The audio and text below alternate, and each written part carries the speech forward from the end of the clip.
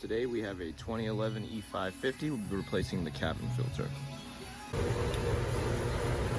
Alright y'all, so in order to replace the cabin filter, you will have to go into the passenger side of the vehicle here and remove 3 T20 screws located at the top panel here. There's one located right here, another one located over on this end, right where my finger is, and then the third one is right in the middle here. If you just follow your finger along the line, you'll start to notice where they're at. So we'll go ahead and remove those with a T20 and get this down.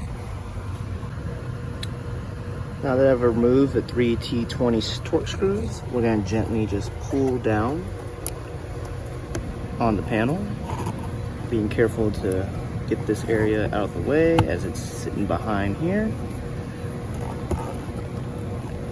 Alright. Now, some people will say you want to remove the entire lining here and remove all this wires, the sensor there, the light here. However, the air filter is just located right here where this white is. So all we're gonna have to do is just slide this back and pull down and just kind of work our way down. Also, there will be 2 tabs on the side. The one just fell right there.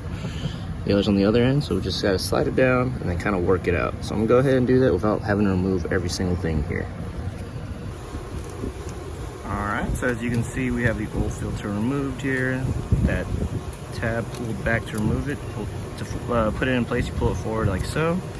The new filter already has that installed onto it, so all we gotta do is pop this in, reinstall everything, and we're done. Thanks for watching. Please like and subscribe.